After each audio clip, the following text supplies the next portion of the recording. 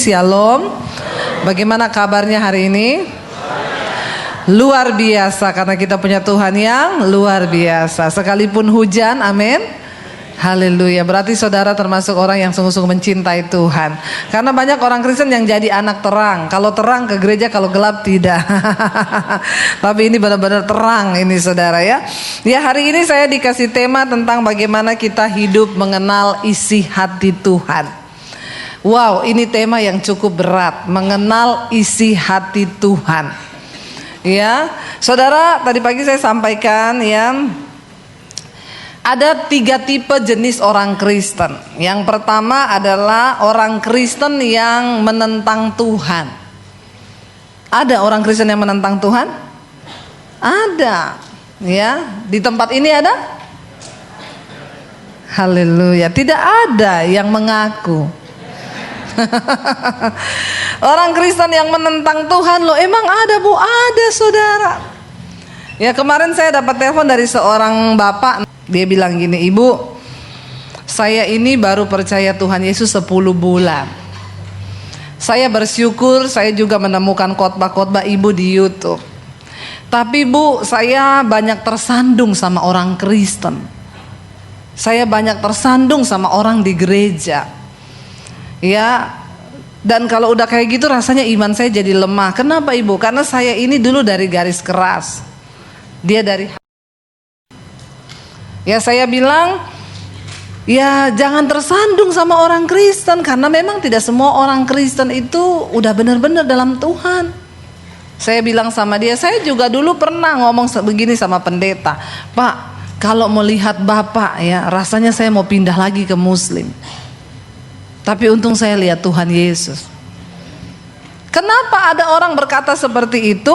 Karena memang di dalam gereja orang Kristen sendiri, yang pertama ada tipe orang Kristen yang hidupnya itu menentang Tuhan. Padahal Kristen, padahal ke gereja, tapi dia menentang Tuhan. Lah, ciri-cirinya apa? Coba kita lihat sama-sama di dalam Roma 10 ayat yang kedua. Roma 10 ayat yang kedua sampai ayat yang ketiga kita akan lihat sama-sama. Apa kata firman Tuhan tentang jenis tipe yang begini ini? Semoga ini bukan kita, insya Allah. Roma 10 ayat yang ketiga, ayat 2 dan 3 berkata begini, sebab aku dapat memberi kesaksian tentang mereka, ini kata Rasul Paulus, bahwa mereka sungguh-sungguh giat apa? Untuk Allah, tetapi tanpa pengertian yang benar. Ayat yang ketiga baca sama-sama. Ayat yang ketiga, sebab oleh karena mereka tidak mengenal kebenaran Allah, dan oleh karena mereka berusaha untuk mendirikan kebenaran mereka sendiri, maka mereka tidak takluk kepada kebenaran Allah. Orang Kristen? Iya. Rasul Paulus bilang mereka giat untuk Allah. Wih, ke gereja tiap minggu, hujan diterjang. Haleluya. Jadi pengerja? Iya. Majelis? Iya. Pelayan Tuhan? Tapi karena tidak mengenal Tuhan dan kebenarannya, hidup mereka menentang kebenaran firman Tuhan. Dan tadi ayat yang ketiga bilang apa? Mereka berusaha mendirikan apa? Kebenarannya sendiri. Bagaimana mungkin orang ikut Tuhan tapi masih berjalan dengan kebenaran sendiri? Gak bisa saudara. Ya, Tuhan itu punya.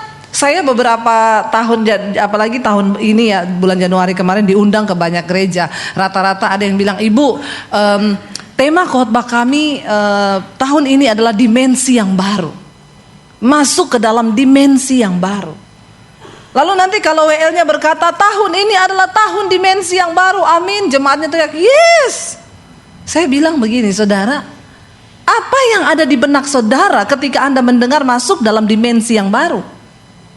Kok semua tuh yesnya kayaknya seneng banget itu? Kenapa? Karena yang ada di dalam benak jemaat itu ketika masuk dalam dimensi baru, dimensinya Tuhan, itu mereka bayangannya apa? Berkat yang baru, mobil yang baru, rumah baru, semua serba baru. Saya bilang, Waktu kita mendengar kata masuk dimensi baru, dimensinya Tuhan, hello, ada air mata di sana. Ada daging yang terhancurkan, ada pergumulan. Mendengar kata dimensi yang baru itu nggak enak. Kalau saya loh, nggak tahu kalau jemaat. Kenapa pada seneng? Karena tidak mengerti kebenaran. Membangun kebenarannya sendiri. Yang dibayangannya dia waktu dibilang itu dimensi yang baru, mobil baru, rumah baru, promosi baru. Ketika saya mendengar tentang masuk dalam dimensinya baru, dimensinya Tuhan, itu berbicara tentang bayar harga. Kenapa? Karena dimensi berbicara tentang ukuran. Ukuran Tuhan dan ukuran kita itu berbeda. Standar Tuhan dan standar manusia itu berbeda. Nah, waktu kita masuk dalam dimensi Tuhan, itu berarti kita harus menyelaraskan standar kita sesuai dengan standar Tuhan. Dan itu enak? Saya mau tanya saudara, enak gak? Nggak enak. Jadi masih tetap mau? Haleluya, tepuk tangan buat jemaat yang luar biasa. Saya berdoa supaya saudara menjadi jemaat yang dewasa. Rasul Paulus bilang mereka berusaha membangun kebenarannya sendiri. Kenapa saudara datang ke gereja? Supaya saudara mendengarkan kebenaran firman Tuhan. Supaya lambat laun kita punya kebenaran diri itu mulai terkikis lalu digantikan dengan kebenaran Tuhan. Jangan jadi jemaat yang menentang Tuhan. Itu mendatangkan murka Tuhan atas hidup kita. Makanya ada orang-orang yang telepon konseling sama saya, Bu, saya sama suami sudah tidak cocok. Kenapa? Suami saya kasar, Bu, dia selingkuh, Bu. Apa yang harus saya lakukan? Kalau kamu datang kepada saya dan bertanya seperti itu, maka saya akan kasih standar Tuhan. Mau tahu standar Tuhan untuk menghadapi suami yang seperti itu? Hai istri, jika ada seorang suamimu yang tidak bertobat, belum mengenal kebenaran, maka seorang istri yang sudah mengenal kebenaran harus memenangkan suaminya itu tanpa perkataan, hanya dengan perbuatan. Supaya suaminya melihat bagaimana saleh dan sucinya kelakuan istrinya, lalu dia tertarik untuk mengenal Tuhan. Lalu dia bilang begini, hah? Kayak itu, Bu? Nggak ada cara lain? Ada, berdoa, berbuat baik kepada suamimu. Nggak mau, Bu, saya mau cerai. Nah, itu kebenaranmu. Kalau kebenaran Tuhan tuh begini. Nah, saudara telepon saya itu kan karena pengen tahu standar Tuhan. Kalau mau bikin standar sendiri, ndak usah telepon saya. Lakukan aja. Orang Kristen tuh saudara, aduh hidup ya, udah menentang Tuhan, sombong lagi. Ya, itu saya ketemu orang-orang model begini, rasanya mau saya baptis ulang, direndam agak lama 15 menit supaya dia buka mata langsung di rumah Bapa di surga. Lebih baik tubuhnya binasa tapi jiwanya selamat. Ada bapak-bapak telepon saya, Bu, istri saya tidak melayani saya sudah bertahun-tahun. Dalam hal apa? Segala hal. Terus saya sudah berdoa membawa kepada Tuhan, Bu, saya tertekan dengan masalah ini. Mungkin Bapak pernah bikin salah kepada istri sampai istrimu kepahitan. Iya, dulu sih saya pernah bikin salah. Saya berselingkuh. Ya udah, Bapak obati hati istrimu. Karena tidak mudah sebuah pengkhianatan itu akan diampuni, itu nggak gampang. Ya, karena hatiku ini bukan terbuat dari besi dan baja. Hatiku ini bisa remuk dan hancur. Ya, jadi tolong Bapak itu merendah, buktikan sama istrimu bahwa Bapak sudah bertobat. Udah, Bu, ya. Tapi buktinya dia juga tidak mau memaafkan saya. Ya berarti Bapak belum membuktikan secara nyata. Nggak apa-apa, pelan-pelan Pak. Jadi begini Ibu, saya kan sudah menyerahkan ini sama Tuhan. Saya bilang, Tuhan tunjukkan jalanmu buat saya, apa yang harus saya lakukan dengan rumah tangga saya. Saya berdoa begitu Ibu, Tuhan kirim wanita lain. Haleluya, enggak saudara? Bikin jalan. Dulu kerja di PU Bina Marga kayaknya. Makanya sukanya bikin jalan. Saya bilang, siapa yang kirim, Pak? Tuhan, Bu. Itu setan yang kirim. Orang Kristen sekarang, suara Tuhan dibilang suara setan. Suara setan dibilang suara. Karena tidak mengenal kebenaran. Sukanya bikin kebenaran sendiri, mendirikan. Itu tadi Rasul Paulus bilang kan, mereka berusaha mendirikan kebenarannya sendiri. Ngeri nggak? Saya bilang, Pak, itu bukan Tuhan yang kirim loh, itu setan. Tapi Bu, perempuan itu senasib sama saya. Dia juga disia-siakan oleh suaminya. Tapi bukan berarti jadi dia Bu, dia baik sama saya, dia perhatian kepada saya, dia mengasihi saya dibanding istri saya itu. Jadi sehati serasa, senasib sepenanggungan. Ya, saya bilang hebat sekali saudara ya. Saya bilang nggak boleh Pak, Bapak harus kembali kepada istri untuk bersatu. Enggak Bu, saya mau ceraikan istri saya. Saya juga kan layak untuk berbahagia Bu. Saya sama wanita ini berbahagia. Dia manis, dia baik. Saya bilang itu masih bulan promosi. Nanti kalau udah habis iklannya, dia lebih gila dari istrimu. Amin bapak-bapak. Bapak-bapak bilang amin yang kencang. Istri yang terbaik yang ada di sampingmu itu istrimu bapak-bapak. Jangan mau lihat-lihat lagi yang di luar sana. Pelakor itu memang manis di mulut, ya, tapi itu niatnya tidak tulus. Istrimu itu yang tulus di sampingmu. Aminnya tolong agak rela gitu. Ya, jangan bikin kebenaran sendiri. Engkau Kristen tapi engkau menentang Tuhan karena engkau berusaha mendirikan kebenaran sendiri. Yang pertama, jenis orang Kristen yang pertama, orang Kristen yang menentang Tuhan. Saya berdoa di sini tidak ada. Amin. Kalau ada pun tidak usah angkat tangan. Nanti kita baptis ulang sama Pak Peter. Bertobat saja di dalam hati. Jenis yang kedua adalah jenis orang Kristen tipe orang percaya. Mulai agak manis ini, ya, percaya. Tapi apakah itu berkenan? Coba kita lihat di dalam Yakobus. Yakobus 2 ayat 19 dan ayat 20. Apa kata firman Tuhan tentang orang yang percaya? Baca sama-sama.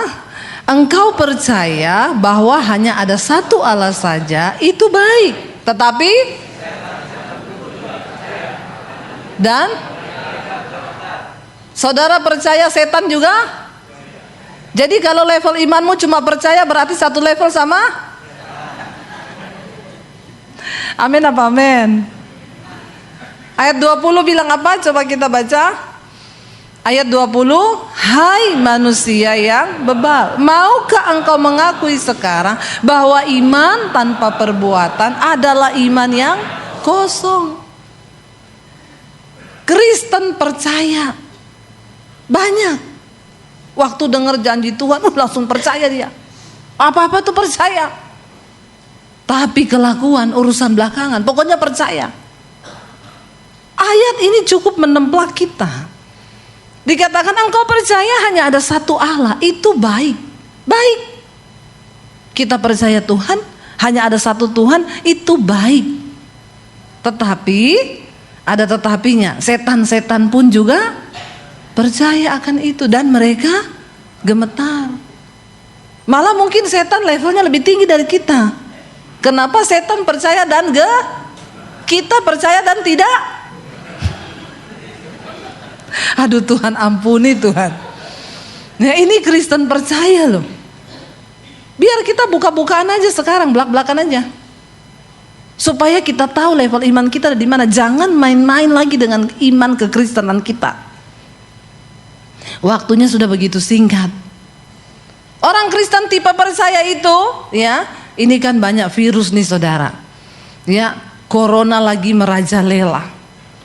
Lalu orang Kristen yang cuma tipe percaya jadikan ayat sebagai jimat. Mazmur 91. Diperkatakan itu, ditulis taruh di dompet. Haleluya. Ya. Pokoknya Mazmur 91 gini loh saudara, gini ya. Itu ayat Alkitab bilang iman tanpa perbuatan tuh mati. Bagus engkau percaya, Tuhan bilang itu baik, itu baik. Tapi iman tanpa perbuatan itu mati. Mazmur 91 itu indah banget memang kita baca. Walau 1000 rebah di samping kanan kirimu, 10.000 di sebelah kananmu, engkau hanya akan menonton saja, karena Tuhan melindungi engkau dalam kepak sayapnya. Wih, apabila kita berseru, Dia menjawab kita, iya percaya saya. Tapi ada syaratnya. Nanti kita akan bahas setelah ini.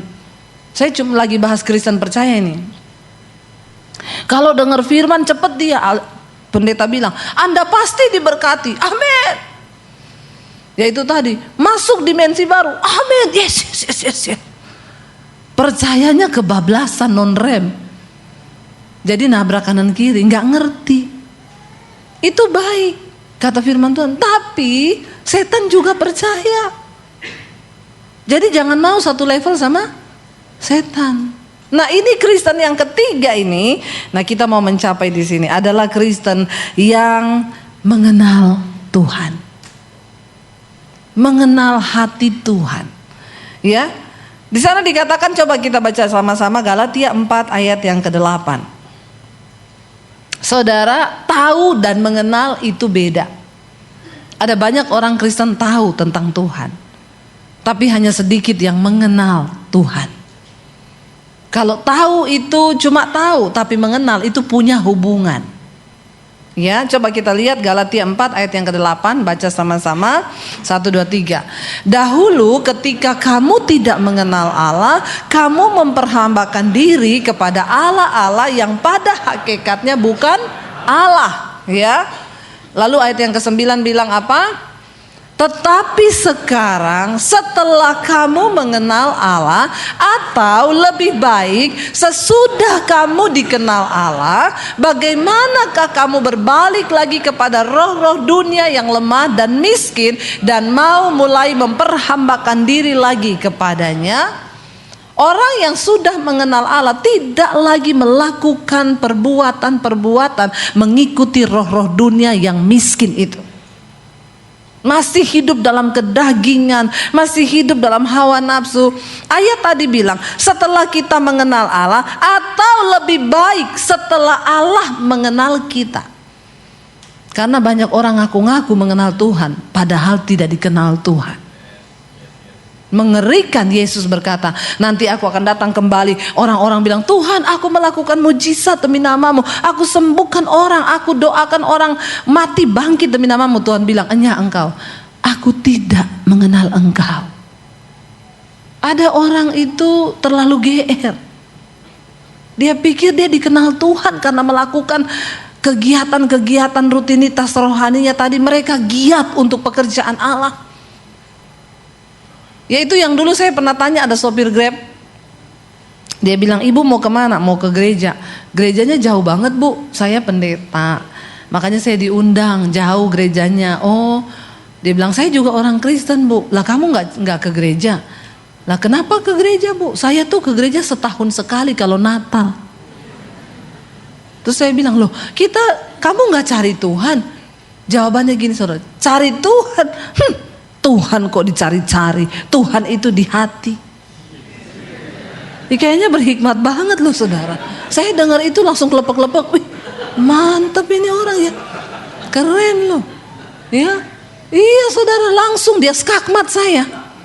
Saya bilang, lah nggak ke gereja bang? Ngapain ke gereja bu? Cari Tuhan. Tuhan kok dicari-cari.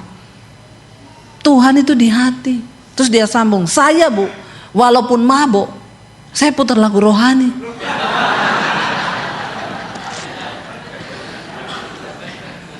Ya, walaupun saya lagi mabok bu, saya ingat Tuhan.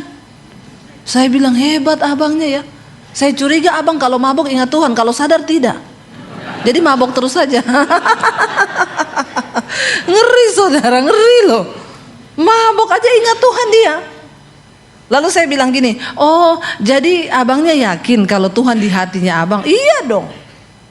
Saya mau tanya bang, abang di hati Tuhan gak? Dia diem saudara. Lalu dia bilang, kalau itu saya enggak tahu bu. Saya kasih dia ayat ini. Banyak orang mengaku kenal Tuhan, tapi apakah engkau dikenal oleh Tuhan? Setelah engkau berkata engkau mengenal Tuhan, ayat ini bilang, lebih baik lagi kalau Tuhan mengenal engkau. Karena tidak semua orang ngaku-ngaku Tuhan di hati. Tapi apakah engkau di hati Tuhan? Dengan perbuatanmu yang kayak begitu mabok aja, ya tapi kayaknya rohani kan saudara. Nah ini kalau orang-orang yang mendengar begini tidak dewasa imannya, iya ya, saya mabok aja ingat Tuhan loh. Lalu orang yang gak iya ya bisa juga begitu, iya. Bayangkan saya nyetir pulang dalam keadaan mabok karena saya putar lagu rohani, selamat loh gak nabrak. Ya, saya bilang itu yang sertai bukan Tuhan, setan. Jangan diputar balikan. Ya. Ayat ini bilang setelah engkau mengenal Allah, ciri pertama orang yang mengenal Allah, dia tidak lagi takluk kepada roh-roh dunia yang miskin ini. Engkau tidak lagi mencari sesuatu yang sifatnya hanya sementara. Tuhan bilang, kalau engkau sudah mengenal dan menerima Kristus, maka pikirkanlah perkara-perkara yang ada di atas, di mana Kristus duduk di sebelah kanan Allah Bapa, bukan hanya yang di bumi. Apalagi takluk kepada roh-roh dunia yang miskin ini. Ini adalah tahun mengasihi lebih lagi. Kalau kita mengasihi Tuhan, kita juga pasti mengasihi sesama kita. Tapi ada orang Kristen yang ngaku percaya Yesus, mengasihi Tuhan, tapi sama ipar berantem, musuhan, bebuyutan, gak omongan. Mari kita berdoa saudara. Dalam hidup ini kita akan diizinkan ketemu orang-orang aneh. Ya, tidak semua orang normal. Tapi ya Tuhan izinkan itu untuk mendewasakan kita. Ada orang itu yang kita sudah baik saudara, tapi dia tuh kok sama kita kayak gimana gitu. Lepaskan pengampunan. Kemarin ada yang tanya sama saya, Bu, saya ini punya teman kerja, dia itu orangnya cukup aneh sih Bu. Tiap hari di kantor tuh marah-marah, nyuruh-nyuruh orang seenaknya, padahal dia tuh bukan bos kita. Tapi kalau nyuruh itu satu kali saya tegur dia Bu, dia marah Bu, nggak mau ajak saya omongan. Terus saya udah minta maaf Bu berkali-kali, tapi dia tetap nggak mau maafin saya. Saya ke kantor tetap dia nggak tegur, tapi saya seperti tiap ini ketemu saya minta maaf. Apa yang harus saya lakukan dengan orang seperti itu? Kamu jaga hati, jangan ada kepahitan. Terus soal dia nggak ajak omong, tandai orang begitu, jangan bergaul sama dia. Tapi jangan ada kepahitan. Alkitab bilang supaya kita nggak capek hati kan saudara. Sudah minta maaf berkali-kali.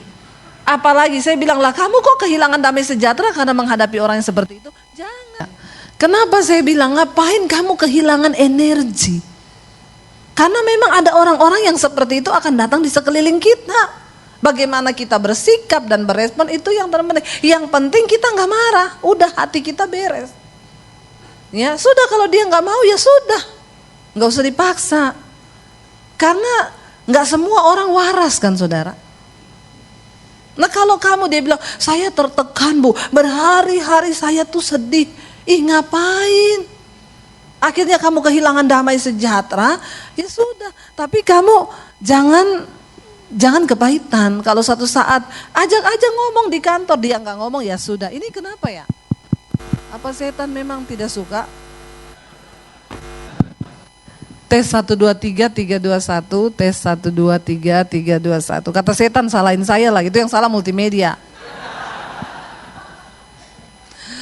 Ya, jangan apa-apa juga salahin setan ya.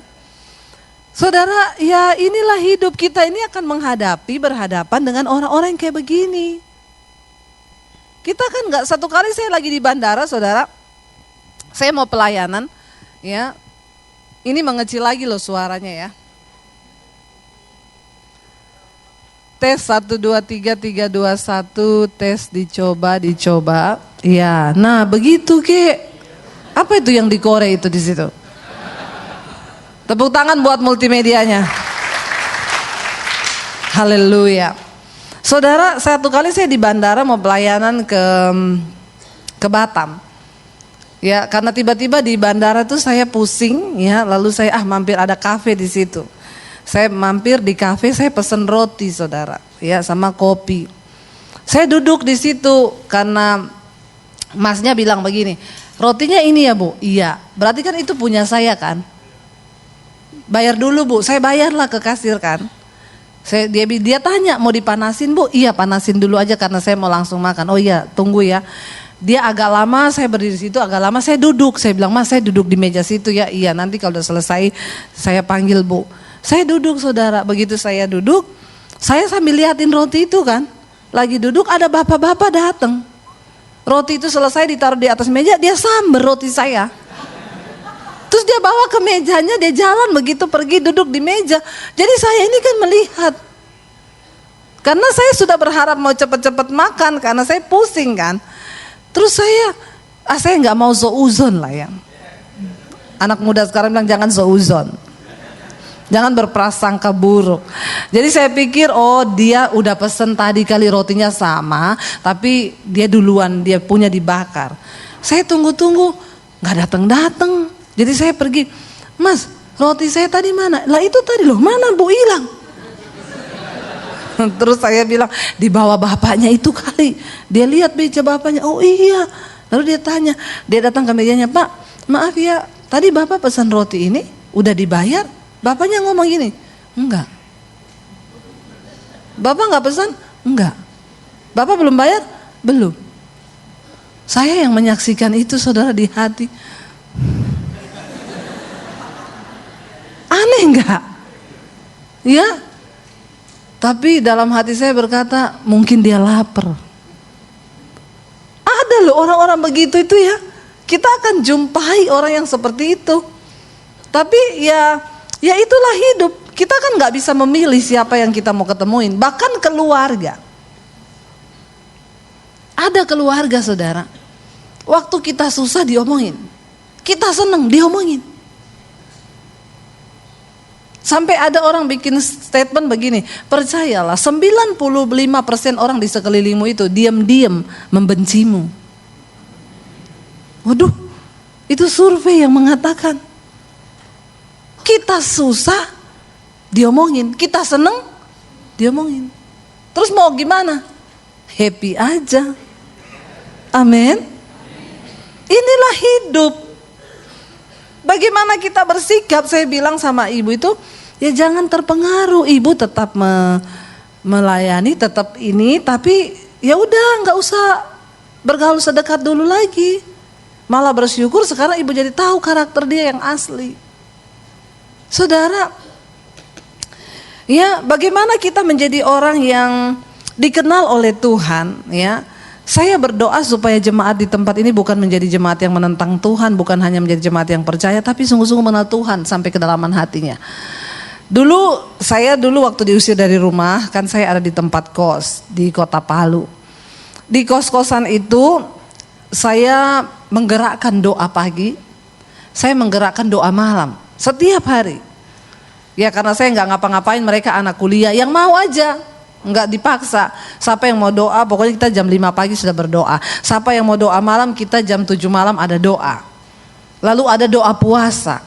Padahal itu bukan sekolah Alkitab, itu bukan pastori, tapi saya tergerak aja bikin begitu karena saya rindu supaya kita lebih mengenal Tuhan. Anak-anak kos itu menyerahkan dirinya kepada Tuhan. Lalu di situ saudara banyak karunia-karunia rohani yang terjadi.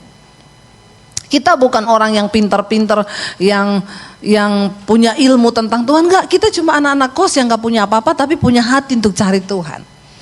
Lalu satu kali teman saya bernubuat buat saya lagi dalam suasana doa, ada hadirat Tuhan, dia berkata begini. Tiba-tiba dia berbahasa roh, lalu dia bernubuat untuk saya, dia bilang, aku akan memilih engkau untuk menjadi hambaku. Kenapa? Karena engkau bukan hanya engkau bukan hanya peka mendengar suaraku, tapi engkau mengenal isi hatiku. Habis itu saya merenungkan itu. Bukan hanya peka mendengar suara, tetapi mengenal isi hati. Itu kita masuk lebih dalam lagi kepada Tuhan. Sekarang itu orang mendengar suara Tuhan aja bingung saudara. Saya itu pelayanan lewat channel YouTube saya itu memang, jadi beberapa waktu yang lalu itu saya dapat suara Tuhan begini, ambil alih dunia media. Karena hari-hari ini dunia media itu berkembang luar biasa. Warnai dunia media, beritakan Injilku. Saya nggak kepikiran jadi YouTuber apalah, enggak. Cuma dari sebuah kerinduan Tuhan di hati saya. Yang Tuhan bicara itu dia sampaikan kerinduan hatinya untuk saya ambil alih dunia media. Orang-orang dari agama lain itu mulai menghubungi saya lewat telepon. Ibu, saya bukan orang Kristen, tapi saya nonton khotbahnya ibu karena saya mencintai kebenaran.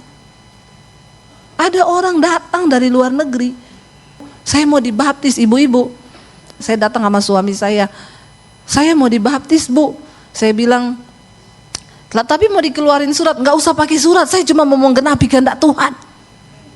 Dari Singapura, baptis di hotel, pulang lagi ke Singapura. Saya dengerin khotbah ibu di YouTube. Wow, orang yang pakai datang minta dibaptis. Saya melihat bagaimana Tuhan bekerja. Yang dari homo, ya, pelakor, hidup dengan suami orang, majelis yang jatuh dalam persinahan, Tuhan jamah, Tuhan lawat. Mereka mulai bertanya, ibu kasih tahu jalan Tuhan, saya mau bertobat. Saudara lihat, waktu kita nangkap dengan apa yang Tuhan mau. Jadi bagi saya itu, kekristenan itu bukan sekedar agama yang cuma Tuhan itu masih berbicara sampai hari ini, amin. Saudara percaya bahwa Tuhan masih berbicara? Yes, dia Tuhan yang hidup.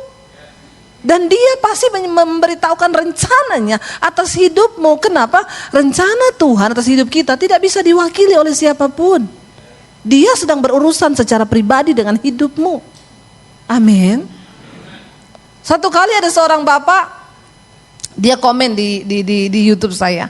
Saya khotbah, saya bilang gini, lalu saudara, waktu saya lagi marah, tiba-tiba Tuhan bicara di hati saya, jangan marah. Terus dia komen begini, situ bisa dengar suara Tuhan ya, dukun apa pendeta lu? Wah, saya baca komennya begitu. Saya balas, saya bilang, Pak, jadilah sesuai imanmu. Kalau Bapak percaya bahwa Tuhan sanggup berbicara bagi kita anak-anaknya, Bapak akan mengalami. Tapi kalau tidak, Bapak tidak akan pernah mengalami. Kalau Bapak mau buka hati, dia komen-komen di YouTube saya itu pedes saudara. Di YouTube itu komennya gak semua enak. 100 yang komen, ada 5 orang yang tidak enak. Ada yang ngomong gini, Allah pendeta abal-abal, ngaku-ngakunya aja dari muslim, padahal cuma cari duit. Haleluya, gak apa-apa. Itu pasti yang komen dari seberang. Saya bilang Tuhan memberkatimu. Saya berdoa supaya Tuhan Yesus jamah hatimu. Karena YouTube lintas agama, lintas budaya. Di kamar tidur dia dengar, dia komen begitu, tapi dia dengar kan khotbah saya. Haleluya enggak? Puji Tuhan. Yesus bilang yang penting dia dengar dulu. Karena firman Tuhan tidak pernah kembali dengan sia-sia. Ada yang komen, pendeta pinter ngomong padahal tidak menjadi pelaku firman. Kenapa rambutnya pendek? Haleluya. Saya bilang, Pak, saya itu rambut pendek begini karena saya tunduk kepada suami. Justru saya melakukan firman. Kenapa? Suami saya gak suka saya rambut panjang, gak boleh. Berapa kali saya coba panjangin, baru segini dia bilang, potong. Please saya pengen panjang. Gak usah, gak bagus, kamu cantik pendek. Jadi dia kalau belai gak usah panjang-panjang, cuma cukup sayang. Kalau pendek kan belayannya panjang, kalau panjang kan sayang ya. Kalau gini kan cuma sayang. Udah selesai, gak alay lebay. Ya, sampai dulu saya saking pengen rambut panjang, saya pergi hair extension saudara. Saya pikir gini, mungkin karena dia belum lihat saya rambut panjang, jadi dia nggak bolehin. Tapi kalau dia sudah lihat, pasti dia bolehin. Anak saya 3 perempuan, rambutnya panjang semua. Iya mam, kita dukung mami, cepet sambung rambutnya mam. Saya pergi ke salon, nunggu berjam-jam saudara. Dengan harapan bikin surprise untuk suami. Rambut saya disambung sampai panjang. udah mirip Arsyanti. Masalah buat lo. Kayaknya ketawanya mengejek loh. Udah kriwil-kriwil saudara. Saya pulang, anak saya, "Mami cantik banget." Saya gini, "Iya dong, princess." Lalu masuk rumah, suami saya lihat saya, dia teriak, "Hah?" Saya bilang, "Cantik kan saya?" "Kayak bencong." Aduh, tidak seindah. Dia langsung bilang gini, "Sekarang juga balik copot."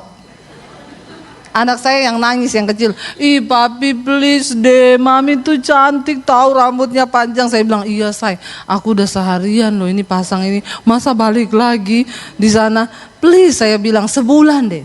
Kata anak saya, "Iya pap, sebulan aja." Dia bilang, "Ya udah."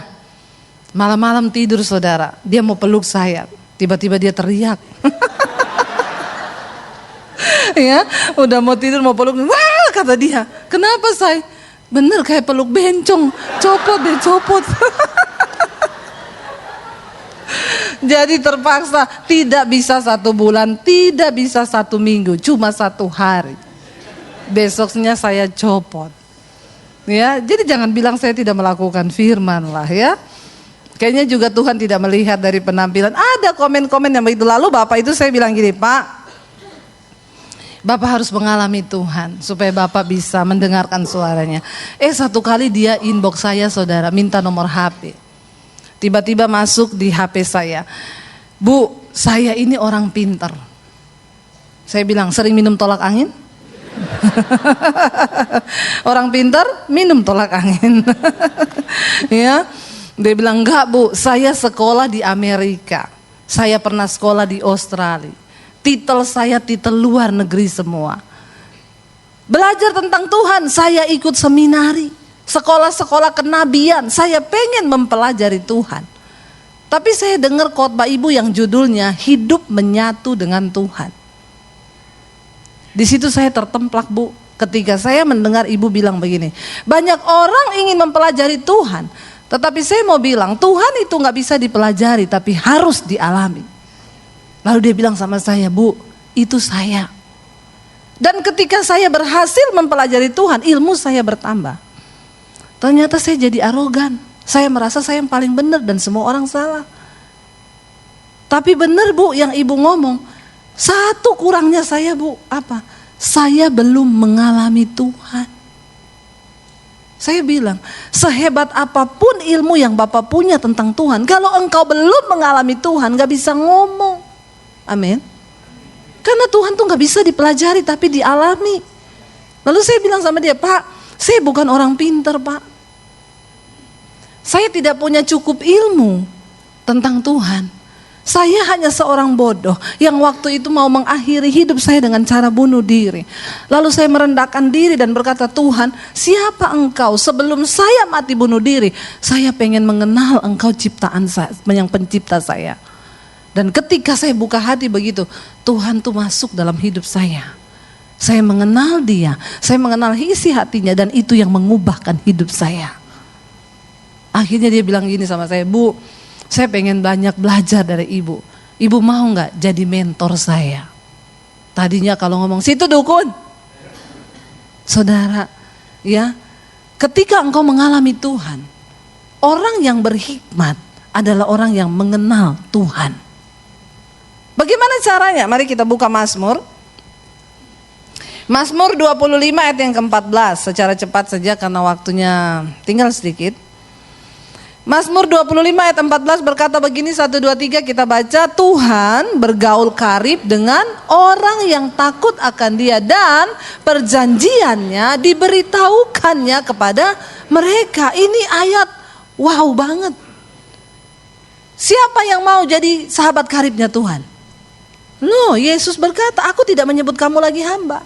Karena hamba gak tahu apa yang dilakukan oleh tuannya, tetapi sahabat tahu apa yang dilakukan oleh sahabatnya. Makanya Yesus bilang, aku menyebut kamu sahabat. Bagaimana kita menjadi sahabat karibnya Tuhan? Sahabat karib itu apa, saudara? Orang yang kita bisa curahkan semua isi hati kita. Enggak sembarang orang bisa terbuka loh. Kalau kita nggak mengenal dia dengan benar, kita nih nggak mau kan terbuka kepada dia. Bener nggak? Saudara punya nggak sahabat karib di hidupmu? Satu kali saya bilang sama suami saya gini, orang-orang di luar sana itu punya sahabat karib loh. Terus saya tanya sama suami saya, kamu siapa sahabat karibmu? Kan kamu perlu curhat juga. Lalu dia bilang sama saya gini, kamu enggak kenal sahabat karib saya? Enggak, siapa? Lah kamu kan sahabat karibku. Oh iya ya, saya juga enggak punya sahabat karib. Sahabat karib saya suami saya. Harusnya itu yang benar. Amin. Jangan bapak-bapak sahabat karibnya istri tetangga. Nah ini bahaya. Saya cocok kalau curhat sama dia. Hati-hati loh saudara. Atau teman kantor. Ya sahabat karib kita ya pasangan kita. Yesus bilang, aku tidak menganggap kamu lagi hamba tapi sahabat. Kenapa? Karena hamba gak tahu apa yang dilakukan tuannya. Dia bilang, Tuhan bilang di sini, Tuhan bergaul karib dengan orang yang takut akan dia. Dan perjanjiannya diberitahukannya kepada kita. Wow enggak? Kenapa ada orang yang enak ya, saya tuh orang tuh bilang, ibu tuh kalau khotbah ngomong dengar suara Tuhan. Iya, Tuhan tuh masih berbicara. Dia kasih tahu janji-janjinya. Saya itu melangkah untuk bikin YouTube itu Tuhan yang mendorong. Roh Kudus terus mendorong saya sampai saya mencari terus apa sih yang Tuhan mau ini. Media itu media apa? Saudara tahu intinya, engkau mau dulu. Saudara ingat kisah Daniel, waktu Daniel berpuasa meminta hikmat Tuhan. Di ayat itu dikatakan Daniel bersama dengan banyak orang datang menghadap Tuhan. Tetapi hanya Daniel yang melihat penglihatan dan visi itu. Ada banyak orang datang ke gereja, tapi Tuhan berurusan pribadi dengan orang yang mau sungguh-sungguh takut akan Tuhan. Ada banyak orang yang datang menghadap Tuhan, tapi cuma Daniel yang mendengarkan dan melihat penglihatan itu. Yang lain kagak. Banyak orang ke gereja, tapi hanya sedikit orang yang sungguh-sungguh mencari dan hidup takut akan Tuhan. Mereka yang akan menerima visi besar. Saudara pikir orang-orang yang menerima visi besar, melakukan hal yang besar itu orang sembarangan? Enggak. Mereka berjalan bersama Tuhan. Nah tadi saya sempat singgung, orang Kristen jadikan ayat sekarang jimat, jadikan itu mantra. Oh lagi ada virus, nggak apa-apa, pegang Mazmur 91. Saudara baca ayat Mazmur 91 yang pertama itu apa? Sebelum engkau melangkah pada ayat-ayat yang berikutnya tentang janji berkat, janji perlindungan, lihat dulu ayat yang pertamanya. Di sana dikatakan Mazmur 91 ayat yang pertama, ya, orang yang duduk dalam lindungan yang maha tinggi dan bermalam dalam naungan yang maha kuasa. Orang ini yang akan mengalami semua janji Tuhan itu. Kalau dalam terjemahan bahasa Inggrisnya dibilang orang yang diam dalam the secret of God. Tempat rahasianya Tuhan. Di mana itu tempat rahasianya Tuhan? Saya mencoba memikirkan ayat ini. Tempat rahasia Tuhan itu di mana? Lalu Roh Kudus mulai kasih saya pemahaman. Ya. Tempat rahasianya Tuhan itu di mana, saudara? Ketika engkau berjalan melakukan kehendak Tuhan. Ketika engkau berjalan di dalam visinya. Ketika engkau berjalan dalam menggenapi kehendaknya. Engkau sedang berada dalam tempat rahasianya Tuhan. Kenapa? Karena Tuhan itu memberitahukan rahasianya kepada orang-orang yang takut akan Tuhan. Wow. Waktu kita berjalan dengan tuntunan Tuhan, kita sedang berada di dalam tempat rahasianya Tuhan. Dan ayat ini berlaku bagi mereka yang hidup menggenapi visi Tuhan, yang hidup menggenapi kehendak Tuhan. Waktu kami kecelakaan mobil satu keluarga, saudara dengar kesaksian saya, mobil kami hancur 80%. Dari pihak asuransi ngomong, bu, mobil dianggap hilang. Kenapa? Tidak ada satupun bengkel yang mau perbaiki, itu sudah hancur lebur. 80%. Anak saya tidur di bagian belakang.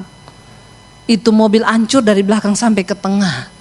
Mobil kami terbalik pindah ke jalur sebelah di tol. Kami berlima di dalam satu mobil, tidak ada luka satu goresan pun. Wow enggak? Kita berada di dalam secret of God, di dalam tempat rahasianya Tuhan. Orang-orang yang berjalan menggenapi visi Tuhan, orang-orang yang berjalan menggenapi kehendak Tuhan, mereka sedang berada di dalam tempat rahasianya Tuhan. Saya berdoa kita di sini bukan cuma jadi orang Kristen yang datang duduk diam pulang, hidupmu gak pernah berubah. Jangan punya level yang sama dengan levelnya setan, cuma percaya sama Tuhan. Tapi mari kenali isi hati Tuhan. Dia Tuhan yang masih berbicara sampai hari ini. Dia Tuhan yang masih, kita baca satu ayat yang terakhir, Mazmur 91 ayat 14. Ini juga kuncinya Mazmur 91, jangan cuma dipakai Jumat. Ya, Mazmur 91 ayat 14 berkata apa? Sungguh apa? Hatinya melekat kepadaku, maka aku meluputkannya, aku membentenginya sebab ia mengenal namaku. Engkau jadi Kristen, hatimu tidak melekat, hatimu tidak mengenal, cuma tahu tentang Tuhan. Kuncinya apa? Mengenal Tuhan. Bagaimana mengenal Tuhan? Hatimu tuh melekat pada Tuhan. Ketika satu saat engkau diperhadapkan untuk bersinah, engkau hatimu melekat, Tuhan enggak, aku tidak akan pernah menyakiti hati Tuhan dengan melakukan dosa kenajisan. Ketika engkau didapat kesempatan untuk nyolong, untuk nyuri uang orang, engkau akan berkata enggak, aku tidak akan pernah melukai Tuhan. Kenapa sampai hari ini saya memilih tidak berselingkuh? Saya bisa enggak berselingkuh? Bisa. Godaannya ada? Banyak. Kenapa saya tidak berselingkuh? Bukan cuma karena takut tidak masuk surga, bukan cuma takut masuk neraka. Saya enggak mau menyakiti hati Tuhan. Kenapa? Saya tahu hati Tuhan. Saya mengenal hatinya. Bahkan orang yang mengenal hati Tuhan, engkau gak akan tega lihat jiwa-jiwa di luar sana yang sedang terbengkalai dan tidak ada satupun yang pergi kepada mereka. Maaf saudara, engkau dipanggil bukan cuma jadi orang Kristen datang duduk diam pulang duduk di kursi gereja. Engkau dipanggil untuk menjadi penuai-penuai jiwa. Masih banyak tempat kosong di tempat ini. Ayo pergi, selamatkan jiwa tetanggamu, orang tuamu, iparmu, saudaramu. Setidaknya bawa mereka dalam doa selama masih ada waktu. Itu hati Tuhan. Itu hati Tuhan. Kenapa saya masih rela datang? Ada orang dengar di YouTube saya, ibu mau nggak datang berdoa di rumah saya, Bu? Rumahnya di mana? 2 jam dari Jakarta. Perginya tok, pulangnya 2 jam. Saya nggak mampu berobat di rumah sakit, Bu, karena saya nggak punya BPJS. Jadi saya di rumah, saya kena kanker, sekarang terbaring. Saya bilang sama suami saya, antar saya pergi ke sana. Ada orang yang dengar bilang gini, ibu masih mau datang besuk-besuk begitu? Dan itu kan bukan jemaat ibu. Iya, saya nggak terima perpuluhan dari mereka. Kenapa saya mau pergi? Itu hati Tuhan. Saya menangis bersama dia. Bagaimana merasakan sakitnya, yang dia bilang, ibu doakan saya mati, Bu. Saya nggak tahan dengan sakit ini, kanker yang sudah menyebar sampai ke tulang-tulang saya. Setiap malam saya cuma berdoa minta mati, tapi kenapa Tuhan nggak kasih saya mati? Dia bilang, saya bersyukur bisa kenal ibu mau datang, kayaknya cuma ibu hamba Tuhan yang mau datang injak rumah saya. Air mata saya menetes. Tuhan bilang, ini hatiku. Makanya Yesus berkata kepada murid-muridnya, ketika aku sakit engkau menjenguk aku, ketika aku di penjara engkau datangi aku. Mereka bilang, Tuhan, kapan engkau masuk penjara? Kapan engkau sakit? Yesus bilang, apa yang engkau lakukan bagi sesamamu manusia, itu engkau lakukan buatku. Ayo saudara, kenali hati Tuhan. Mari kita bangkit berdiri bersama. Ini kami umat-Mu Tuhan. Kami hanyalah orang yang mau sungguh-sungguh mengenal Engkau. Biar di gereja